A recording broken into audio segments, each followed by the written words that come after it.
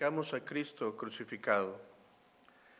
Una iglesia fuerte inscribió estas palabras en un arco que daba al patio de la iglesia.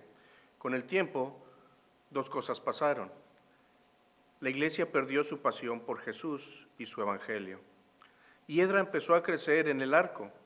El crecimiento de la hiedra, cubriendo el mensaje, mostraba una decadencia espiritual. Originalmente decía fuertemente: nosotros predicamos a Cristo crucificado. Pero la hiedra creció. Solo se podría leer: nosotros predicamos a Cristo. Y la iglesia comenzó a predicar a Jesús, el gran hombre, a Jesús, el gran ejemplo moral, en lugar de Cristo crucificado. La hiedra siguió creciendo y pronto solo se podría leer: nosotros predicamos. La iglesia también había perdido a Jesús en el mensaje, predicando temas religiosos y gracias sociales. Finalmente se podría leer: nosotros. Y la iglesia también se volvió otro lugar de reunión social, todo acerca de nosotros y no acerca de Dios. Vamos a orar. Señor Dios Padre bendito, te damos gracias, Señor, por lo que tú has hecho por nosotros. Gracias, Señor, porque tú diste tu vida por nosotros, Señor.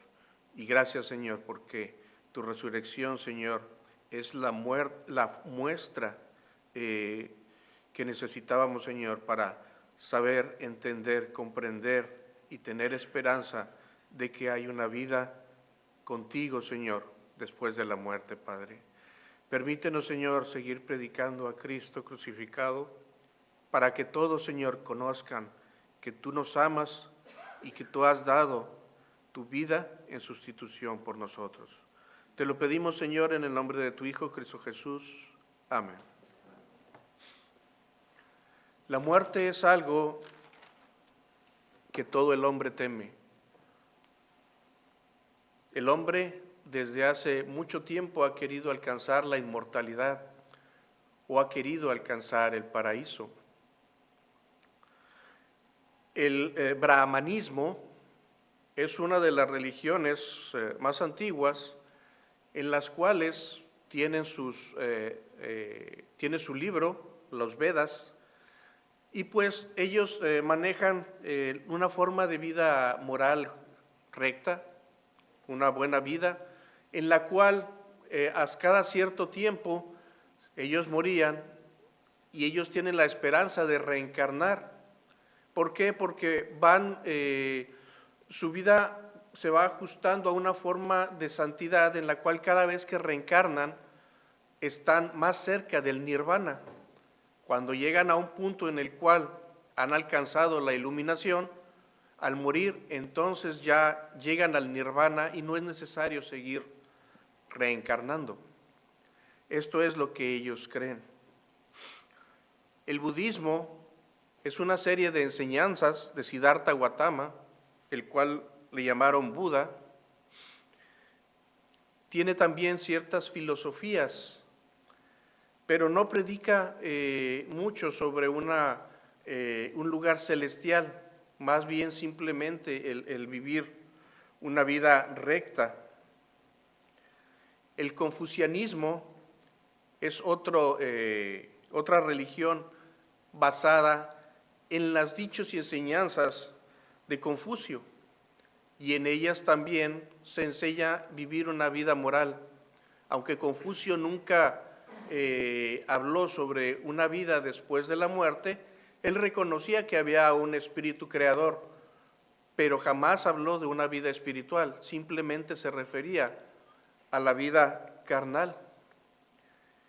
El islamismo, muchos lo conocemos, en el cual Mahoma empezó a predicar, está basado en el cristianismo o el judaísmo, pero tiene unas ideas en las cuales simplemente manejó o dice que Jesús fue un profeta, pero el verdadero profeta es Mahoma, y es el mayor profeta que existe.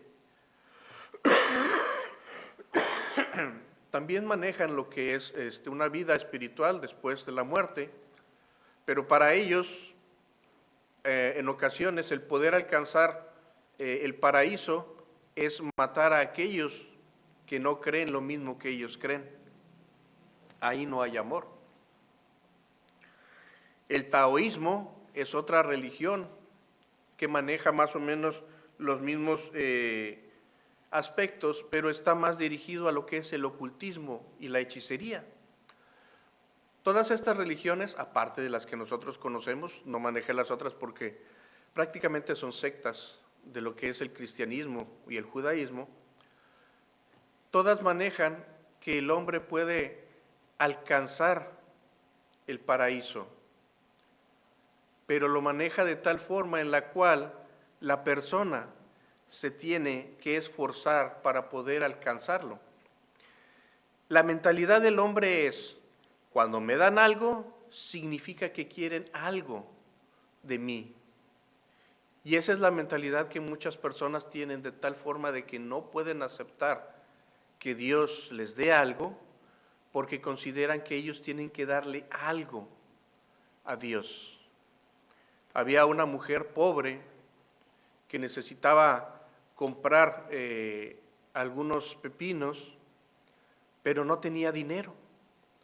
Caminando por la ciudad, llegó al palacio del rey y estaba la hija del rey caminando fuera y vio a la mujer que observaba una planta de pepinos que estaba ahí en el palacio. Cortó algunos pepinos y se los entregó. Entonces la mujer quiso sacar unas monedas para pagar los pepinos, pero la hija del rey le contestó: no me tienes que pagar. Este palacio es de mi padre. Él tiene muchas riquezas. ¿Tú no tienes lo suficiente para pagarme? Y mi padre tiene tanto que no necesita nada de ti. Dios tiene mucho y no necesita nada de nosotros. Y nosotros no podemos hacer nada y no podemos darle nada por la vida eterna. Por eso, por gracia, somos salvos.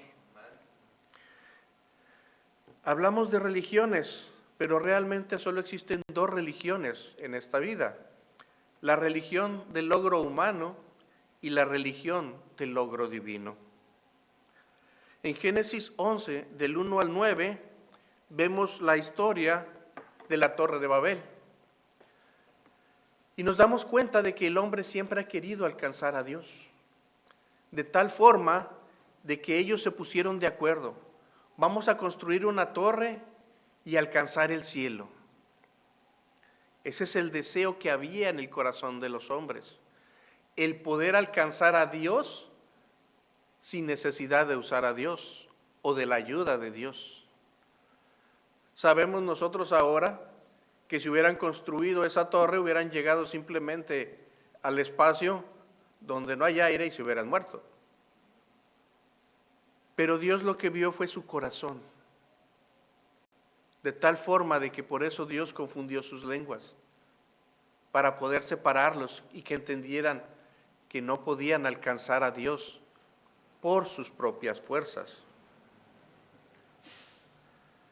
La historia era transmitida de forma oral y ellos creyeron poder igualar a Dios. Y este pensamiento sigue vivo en el hombre. Los hombres creen que pueden alcanzar a Dios o que pueden limpiar sus propios pecados. En Apocalipsis 20, del 7 al 9, Satanás convencerá al hombre de enfrentar a Dios. Estamos hablando después de 1000 años de que Dios esté gobernando aquí. El Señor Jesucristo esté reinando en la tierra. Y aún conociendo a Dios, aún viendo sus milagros, Satanás va a convencer al hombre de que puede enfrentar a Dios y vencerlo. ¿Nos podemos dar cuenta de esto? Vaya, si vemos en las películas o leemos las novelas, nos damos cuenta de que el hombre siempre encuentra la forma de vencer a la naturaleza, siempre encuentra la forma de vencer a los extraterrestres, siempre vence. Esa es la mentalidad del hombre. Yo puedo lograrlo. Y quiere hacer lo mismo con Dios. El hombre cree que se puede limpiar a sí mismo, pero la pregunta es, ¿podemos limpiar nuestra alma? En Isaías 1, del 5 al 7, Dios le dice a Isaías, son hinchazón y podrida llaga, no está suavizada con aceite. ¿De qué está hablando? Está hablando del alma de cada uno de los israelitas. El pecado en nosotros se refleja en el alma como si fuera una enfermedad, una lepra. Pero nosotros no podemos tomar nuestra alma y decir, sana, sana, colita de rana. No podemos ponerle una bendita, no podemos darnos una pastilla de alma para que nos podamos aliviar. Nosotros no podemos tocar nuestra alma. Y si aún pudiéramos nosotros decir, puedo tomar mi alma y puedo limpiarla, en Isaías 64, del 5 al 6, el Señor dice que nosotros somos trapos de inmundicia. Yo me he dado cuenta, cuando lavo el carro, cuando he lavado el carro, nosotros tomamos agua limpia, sacamos un trapo limpio, el carro está totalmente sucio, metemos el trapo limpio en el agua limpia y le damos una pasada al carro. ¿Qué hacemos después? ¿Cambiamos el agua? ¿Cambiamos el trapo? Volvemos a meter ese mismo trapo en el agua limpia y ahora esa agua está sucia. Y seguimos limpiando, seguimos pasando ese trapo en la suciedad y seguimos llevándola al agua. Si ustedes observan o son observadores, una vez que hemos terminado de lavar el carro se ve brillante por la humedad. Pero cuando se seca, nosotros nos podemos dar cuenta de que hay pequeños rayones de tierra. ¿Por qué? Porque realmente lo único que hemos estado haciendo es mover esa tierra. Tal vez le quitamos un poco, pero sigue habiendo tierra en el auto, en el trapo y en el agua. De tal forma de que no queda limpio totalmente. Así nosotros somos trapos de inmundicia, somos trapos sucios. ¿Cómo podemos limpiarnos si estamos sucios? Uno puede decir, según Levíticos 17:11, el Señor dice que la sangre es para expiación. Con la sangre se pagan los pecados. Y uno puede decir, bueno, entonces voy a dar mi sangre para poder pagar por mis pecados. El detalle está que según Levíticos 4:3, el sacrificio debe de ser sin defecto. Y nosotros tenemos defectos. No podemos dar nuestra propia vida, no podemos dar nuestra propia sangre, porque no sería un sacrificio acepto. Simplemente, si nos ofrecemos como sacrificios al morir, no pagamos por la vida de nadie más y ni siquiera pagamos por nuestra vida. Y obtenemos lo que simplemente el pecado nos da, la muerte. Porque la paga del pecado es muerte. En Apocalipsis 21:8 nos dice que ni los mentirosos tendrán parte en el lago que arde con fuego. He escuchado que en algunas ocasiones los que salen a evangelizar, al momento de preguntarle a alguien le dicen, ¿usted ha pecado? No, yo no he pecado. Bueno, en el sentido de querer hacerlo admitir que ha pecado. ¿Usted ha dicho mentiras? No, yo nunca he dicho mentiras. Dice Romanos 3, del 10 al 12, que no hay justo ni aun uno. No hay quien haga lo bueno. Nadie. Entonces, según Juan 1, primera de Juan 1:10 dice, si decimos que no hemos pecado, le hacemos a él mentiroso. Y si Dios es mentiroso, ¿cómo podemos creer en su palabra? Dios no es hombre para que mienta, ni hijo de hombre para que se arrepienta, según Números 23:19. De tal forma de que no hay nadie que pueda decir que no ha pecado, que no ha mentido, por cuanto todos pecamos. Así es de que no somos candidatos para un sacrificio, mucho menos para sacrificarnos por alguien más. Ahora bien, hay quienes consideran que, bueno, he pecado, necesito sufrir por mi pecado. Y empezamos a flagelarnos, o bueno, hay quienes se flagelan, empiezan a golpearse, dicen soy pecador y empiezan a golpearse, creyendo que eso es lo que los va a limpiar o los va a ayudar. Pero si nosotros vamos a Isaías 53,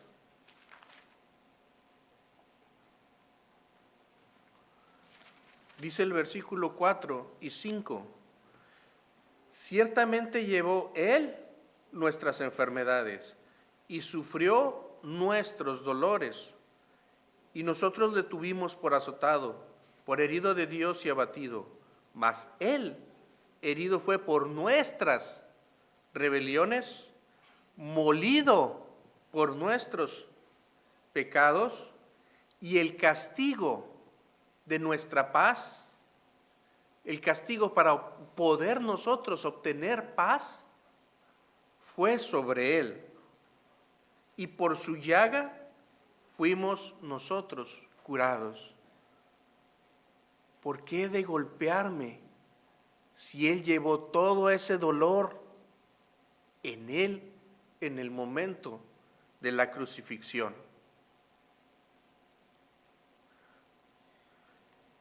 Cristo Jesús es suficiente para poder pagar por el pecado de todo el mundo. Pero la gente no lo entiende. Ellos quieren hacer algo, quieren justificarse a sí mismo, pero nadie puede justificarse ante Dios, porque si alguien pudiera justificarse ante Dios, podría gloriarse delante de Dios y decir, yo lo hice sin necesitarte a ti. Esa es la nueva Torre de Babel, el creer que nosotros podemos hacer algo por nosotros. Efesios 3, 17 y 19.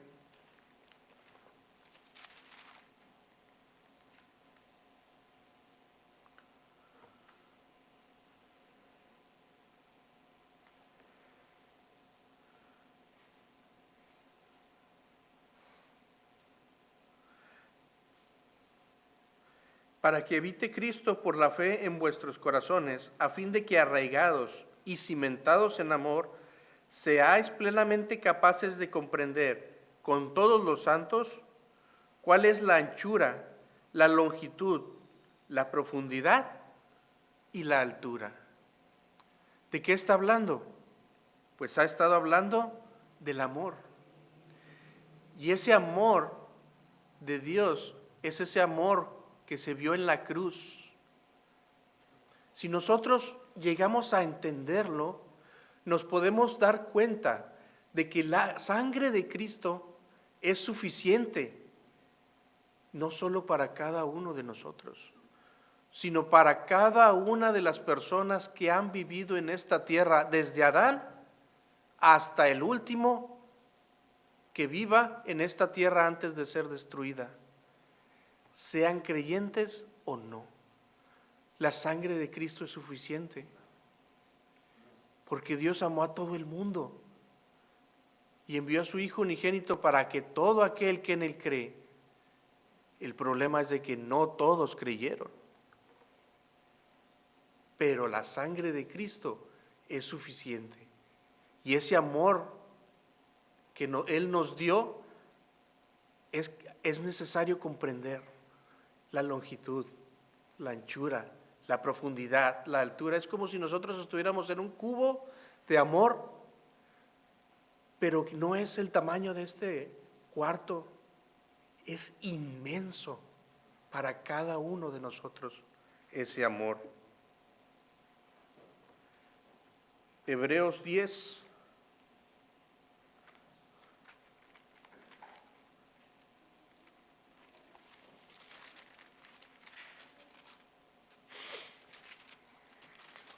Hebreos 10, del 11 al 14, nos dice: y ciertamente todo sacerdote está día tras día ministrando y ofreciendo muchas veces los mismos sacrificios que nunca pueden quitar el pecado, hablando de los sacerdotes israelitas. Pero Cristo, habiendo ofrecido una vez para siempre un solo sacrificio por los pecados, Él fue el único sacrificio necesario. Un solo sacrificio. Se ha sentado a la diestra de Dios. Anteriormente los sacerdotes tenían que estar ministrando día tras día, tras día, tras día, porque no eran suficientes los sacrificios para poder pagar por todos los pecados. Pero Cristo fue suficiente. Por eso, con ese sacrificio, Él se pudo sentar a la diestra de Dios, porque todo ha sido pagado y no hay necesidad de un solo sacrificio más, ni necesidad de que nosotros tengamos que hacer algo para obtener salvación, pues Él ya lo hizo todo. Estos son los que buscan a Dios, o que buscan el paraíso, buscan la eternidad. Pero hay quienes no buscan a Dios y simplemente niegan la existencia de Dios. Me gusta mucho la ciencia, la física, la astronomía. Hay muchas cosas que me gustan. Había un personaje llamado Carl Sagan. Él era un astrónomo que tenía un programa, se llamaba Cosmos. Y él hablaba de las estrellas, del infinito, de todo lo que podía haber en el cielo. Pero él decía: no hay Dios. Él se había llenado de tanto conocimiento que su arrogancia le decía: no hay Dios, no es necesario un Dios, todo está hecho. Él decía: si quieres considerar a un Dios, puedes hablar que las leyes de la física son Dios, sin entender que Dios fue quien estableció esas leyes. Su arrogancia lo hacía decir: no hay Dios. Había otro personaje, Stephen Hawking. Si ustedes alguna vez lo vieron o lo escucharon, era alguien que estaba en una silla de ruedas, totalmente parapléjico, no podía mover ni siquiera la boca, se tenía que comunicar con un aparato conectado a su garganta, y él decía que no había Dios. Yo siento que él negaba a Dios porque estaba enojado con Dios. Él fue una de las mentes más brillantes, pero cuando estaba en la universidad, él empezó a sufrir una enfermedad que lo degeneró a tal grado de que lo dejó sentado en una silla de ruedas sin poderse mover. De tal forma de que él pasó su vida negando que hubiera un Dios, digo yo, porque no podía aceptar que Dios lo pusiera en esa condición.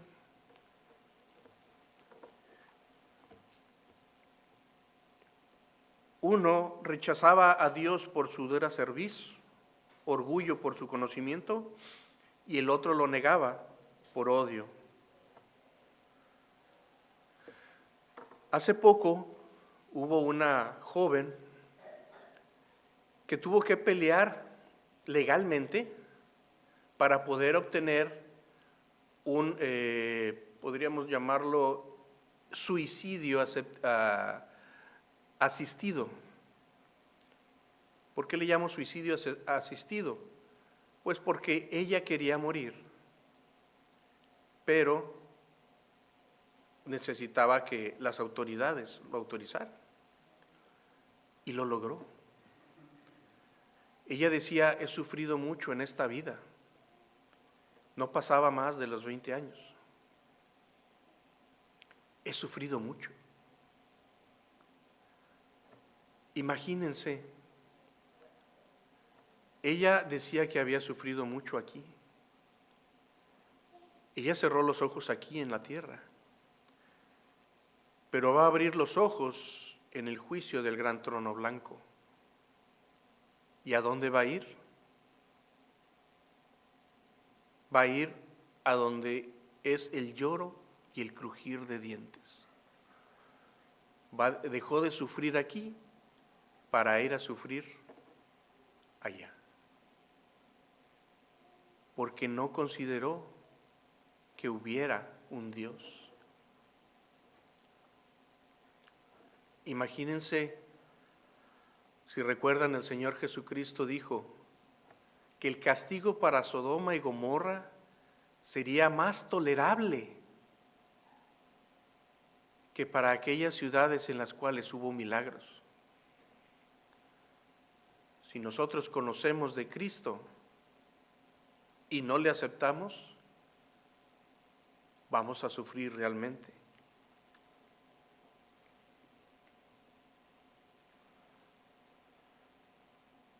En una reunión, en alguna ocasión, hubo un joven que decía: yo no creo que haya un Dios. Convénzame. Había varios ahí. Convénzame que hay un Dios. Él decía lo siguiente: tenía una amiga y ella fue violada. El resultado de la violación fue un embarazo. No lo abortó. Su padre la convenció de que tuviera el bebé y que su padre dijo que él se encargaría de poder sostenerlos. Semanas antes de que ella diera a luz, su padre falleció. Cuando dio a luz, el bebé tenía un síndrome que no le dejaba pues ser un niño normal. Él decía: ¿cómo puede haber un Dios así? Todos los que estaban ahí empezaron a hablar, a debatir, a decir. Mi esposa se enoja porque le dije: yo no dije nada. Me quedé callado, meditando en lo que él quería escuchar. Ahora, lo que yo le diría no sería un razonamiento, sino un cuestionamiento. Yo le diría: ¿qué necesita hacer Dios en tu vida para que tú le busques? Cristo Jesús ya vino a salvarnos. Él ya vino a dar su vida por nosotros. Juan 1:11 dice: a los suyos vino y los suyos no le recibieron. Juan 1:29 dice: he aquí el Cordero de Dios que quita el pecado del mundo. Si nosotros regresamos a la lectura, Juan 3,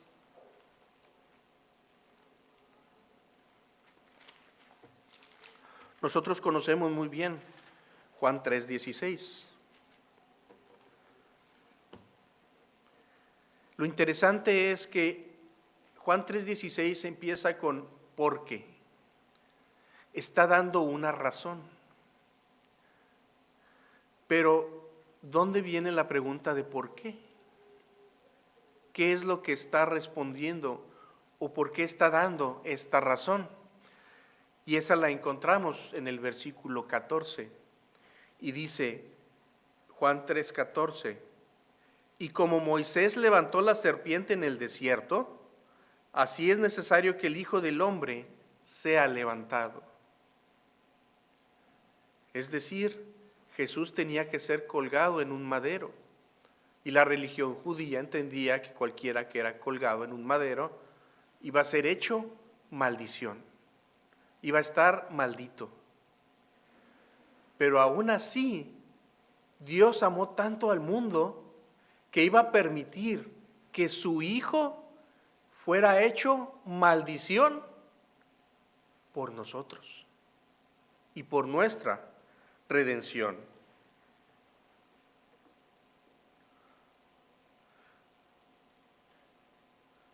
Si nosotros entendemos esta parte, nos podemos ir a la base en la cual se habla de las serpientes.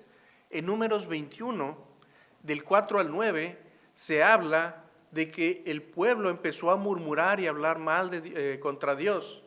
Y entonces Dios los castigó con serpientes que fueron y empezaron a morder a la gente y estos empezaron a morir. Cuando reconocieron su pecado, fueron y hablaron con Moisés para que les ayudara a librarse de este mal. Moisés oró y el Señor le dijo: hazte una serpiente ardiente y colócala en medio del campamento, y todo aquel que la vea va a sanar. Entonces fue cuando Moisés hizo esa serpiente de bronce y la puso en el campamento. Lo interesante es que Dios no les quitó las serpientes. Eso hubiera sido lo ideal. Esa hubiera sido la forma más sencilla de poder resolver el problema.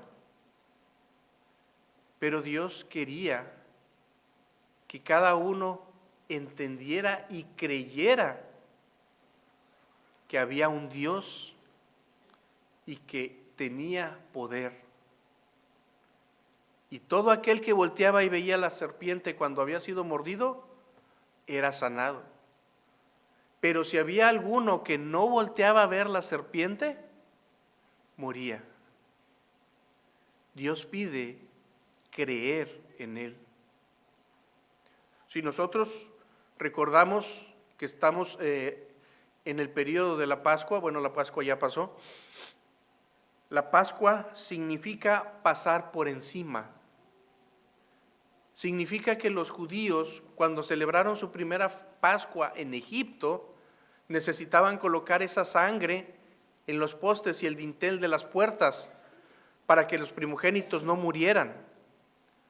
Pero pudo haber habido israelitas que no creyeron o que simplemente no quisieron aceptar. Y entonces su primogénito murió. ¿Por qué? Porque no creyeron. Dios pide creer. Y Cristo es nuestra Pascua.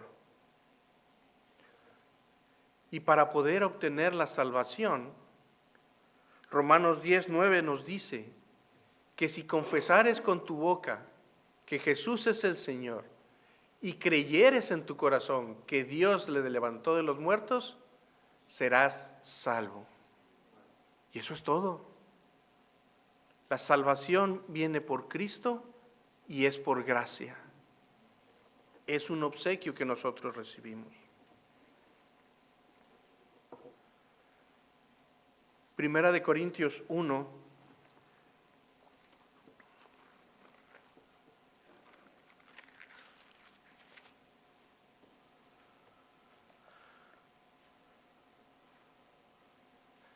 dice el versículo 18 en adelante, porque la palabra de la cruz es locura a los que se pierden, pero a los que se salvan, esto es a nosotros, es poder de Dios. Es locura, porque el hombre no puede aceptar recibir algo sin dar nada a cambio. Pero Cristo nos ha dado la salvación por su sacrificio. 19, pues está escrito, destruiré la sabiduría de los sabios y desecharé el entendimiento de los entendidos. 20, ¿dónde está el sabio? ¿Dónde está el escriba? ¿Dónde está el disputador de este siglo? ¿No ha enloquecido Dios la sabiduría del mundo? Pues ya en la sabiduría de Dios el mundo no conoció a Dios mediante la sabiduría. Agradó a Dios salvar a los creyentes por la locura de la predicación. Porque los judíos piden señal. Son aquellos que dicen, a ver si es cierto. Como aquellos que no creen que hay un Dios que dicen, a ver, demuéstramelo. Es Dios. Dios no tiene por qué rebajarse con alguien solo porque dice que no existe.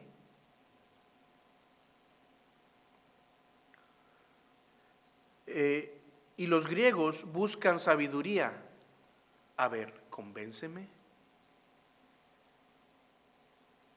No es necesario convencerlos, porque el que actúa en nosotros es el Espíritu Santo en nuestros corazones. Pero nosotros predicamos a Cristo crucificado, para los judíos ciertamente tropezadero, porque no pueden entender que un hombre colgado en un madero sea quien haya salvado a la humanidad. Y para los gentiles, locura. ¿Cómo un sacrificio puede ser suficiente o necesario para darnos vida eterna? 24. Mas para los llamados, así judíos como griegos, Cristo, poder de Dios y sabiduría de Dios. Porque lo insensato de Dios es más sabio que los hombres, y lo débil de Dios es más fuerte que los hombres. Pues mirad, hermanos, vuestra vocación, que no sois muchos sabios según la carne, ni muchos poderosos, ni muchos nobles. Tal vez se oye de una forma despectiva lo que está diciendo Pablo. No son muchos sabios. Pero lo que quiere dar a entender es de que no necesitamos sabiduría para entender la palabra del Señor. 27. Sino que lo necio del mundo escogió Dios para avergonzar a los sabios, y lo débil del mundo escogió Dios para avergonzar a los fuertes. Y lo vil del mundo y lo menospreciado escogió Dios, y lo que no es, para deshacer lo que es, a fin de que nadie se jacte en su presencia. Mas por él estáis vosotros en Cristo Jesús, el cual nos ha sido hecho por Dios sabiduría, justificación, santificación y redención. Lo hemos obtenido gracias a su sacrificio, a ese sacrificio en el cual Él murió. Y Él murió. No es que haya entrado en coma, no es que se haya desmayado. Él entregó su vida en esa cruz. Si no me creen a mí, créanle al centurión que le traspasó con esa lanza. Un centurión es un hombre de guerra que sabía perfectamente cuando un hombre estaba muerto. Y Cristo murió. Y podríamos decir, bueno, ¿y si Cristo murió y no resucitó? Pues si no resucitó, nos podríamos quedar con esa incertidumbre de qué pasa después. Pero Él resucitó.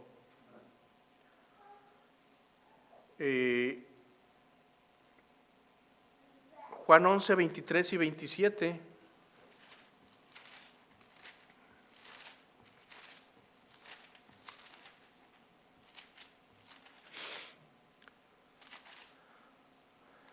nos dice, Jesús les dijo, tu hermano resucitará.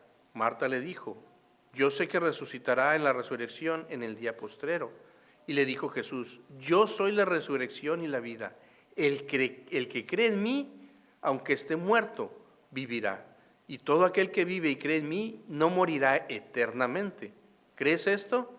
Le dijo, sí, Señor. Yo he creído que tú eres el Cristo, el Hijo de Dios, que ha venido al mundo. Él es la resurrección. Regresando a 1 Corintios, capítulo 15.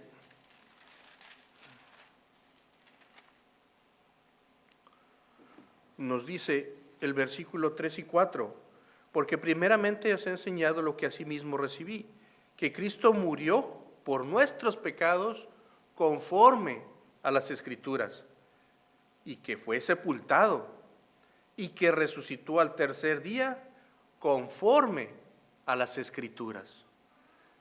Y se presentó a más de 500. ¿Ustedes creen que sería posible que hubiera una religión que se basara solo en suposiciones? No solo es una religión de fe, sino es una religión de hechos, porque Cristo resucitó y hubo más de 500 testigos que pudieron afirmar que Él lo hizo así. Y Cristo, aquí mismo en el versículo 20 del capítulo 15 dice, mas ahora Cristo ha resucitado de los muertos, primicia de los que durmieron es este. Dice Juan, mas a todos los que le recibieron, a los que creen en su nombre, les dio potestad de ser hechos hijos de Dios. Cristo es hijo de Dios.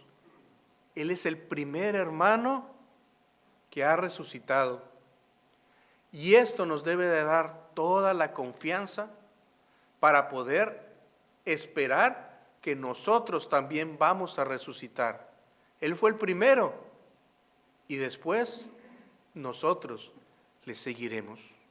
Los judíos no podían entender lo que era la resurrección, porque para ellos era morir e ir al Seol, al seno de al seno de Abraham. No podían entender la resurrección e ir al cielo. Pero Cristo les mostró la resurrección y nosotros esperamos la vida eterna al lado del Padre. Ahora bien, la resurrección confirma que Jesucristo es quien Él decía ser. La resurrección demostró la divinidad de Cristo. La resurrección demostró el poder de Cristo para perdonar pecados. 1 Corintios 15, 17, aquí mismo nos dice, y si Cristo no resucitó, vuestra fe es vana, aún estáis en vuestros pecados. Pero Él resucitó, ya no estamos en nuestros pecados. Y la resurrección reveló el poder de Cristo sobre la muerte. Por lo tanto, nosotros podemos confiar en que algún día, ya sea como dice Pablo, durmamos o estemos aquí, Cristo va a venir por nosotros y vamos a estar con Él por la eternidad, porque Él murió y resucitó por nosotros. Vamos a orar. Señor Dios, Padre bendito, te damos gracias, Señor, por tu poder, por tu misericordia, Señor, porque no hemos recibido lo que merecemos. Y te damos gracias por tu gracia, porque nos da, Señor, lo que no merecemos, que es el perdón y la vida eterna. Gracias te damos, Señor, por esa resurrección que hoy celebramos, Señor, conmemoramos, recordamos, Señor, de que tú tienes el poder sobre la vida y sobre la muerte. Sorbida es la muerte en victoria, la victoria de Cristo Jesús sobre la tumba. Te damos gracias, Señor, porque esto nos da confianza y esperanza, Señor, de que algún día estaremos a tu lado también, Señor, gozándonos, Señor, de tu amor y tu misericordia. Te pedimos por cada uno de nosotros, Señor, que siempre recordemos predicar la cruz, predicar a Cristo crucificado, para que los demás entiendan que solo hay un Dios y un solo mediador entre Dios y los hombres, Jesucristo hombre. Amén.